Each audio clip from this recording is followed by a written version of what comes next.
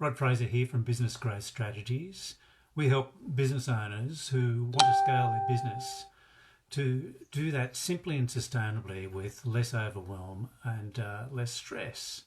And today I wanted to talk about a couple of things. I wanted to talk about our perceptions versus reality. And also I wanted to talk about priorities.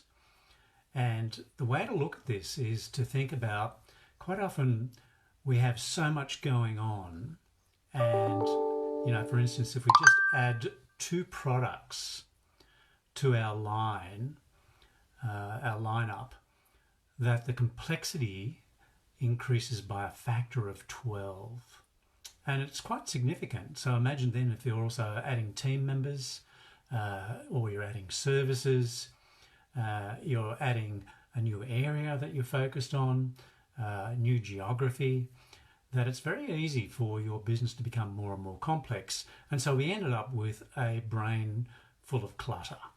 And it's really easy then to end up in firefighting mode. And also end up stacking things one on top of the other and end up in a state of overwhelm.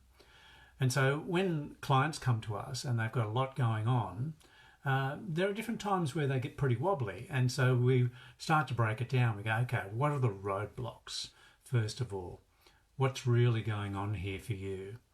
And one of the roadblocks that, as an example, that might come up, let's say, for instance, that you employ salespeople. It could be a coach, a consultant, professional services business, and the term salesperson could be a professional, it could be a coach, it could be a consultant, that it could be you, it could be someone that works with you. And for whatever reason, you're just not getting the sales that you want. And so I'll give you a very simple example with one client. This client was trying to sell in a particular space that she hadn't sold before, and hadn't really thought through the fact that she has a sales process. And so when we started to unpack it and really look at it, she hadn't worked out what the value of what she was offering really was. And so what happened with that was essentially that she was undervaluing herself. And she really hadn't worked out the storyboard of the stories or the sequence of decisions that she would help a potential client go through. And she contacted us today because in the past, you would have just given her time away freely and hope that they come on board. And she's realised now, through a bit of trial and error, that an initial call with somebody, she can charge for it because she's got enough profile out there. She's built her brand enough that she can actually charge $1,500 for it and get paid for her knowledge and her skill to help that client move forward, and then from there essentially be paid to be doing the action planning, the proposal for the client, and open up more opportunities. So you could have a salesperson or salespeople that you think aren't performing, and you perceive that's a roadblock. And when we start to look at the causes and the numbers to back that up and unpack it, what you perceive was going on, what's really going on, could be very different. You could perceive that the salespeople aren't working very well, and what we discover is they're not getting enough leads. And it could be they're getting enough leads, or that how they're doing, what they're saying is not working. It's not really hitting the mark.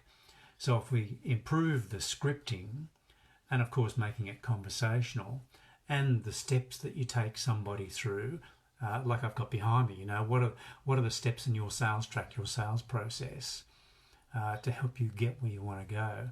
When we start to really dig into that and start to look at it and look at the numbers of what really happens, what are the numbers for the number of leads coming in, what's the number of people who then actually schedule their call, what's the number of people who, once they've scheduled their call and they have the call, they turn up for it, then what happens next. But if you haven't got enough leads coming through, that could be the real issue, and it's not your salespeople or your consultants or your coaches or your professionals. And that's aside from the fact that most coaches and consultants have never been taught how to sell. Most professionals have never been taught how to sell. And I know sales can be considered to be a dirty word, but at the end of the day, you can have consultative selling or transactional selling, and I know which one I would prefer if I was in any of those sorts of businesses, coaches, consultants, professional services, which ones I would do. So starting to look at the roadblocks and really unpack them, and then look at the causes, the real causes, and go to the numbers, the measurements to know what's going on really helps. And then what that helps you do is really work out what's most important, how to prioritize, what to prioritize. Remember, the word is priority, not priorities. And we have a hierarchy. And by getting back to those numbers and the real causes of what's going on, we can start to unpack where we need to put our attention to help you move forward.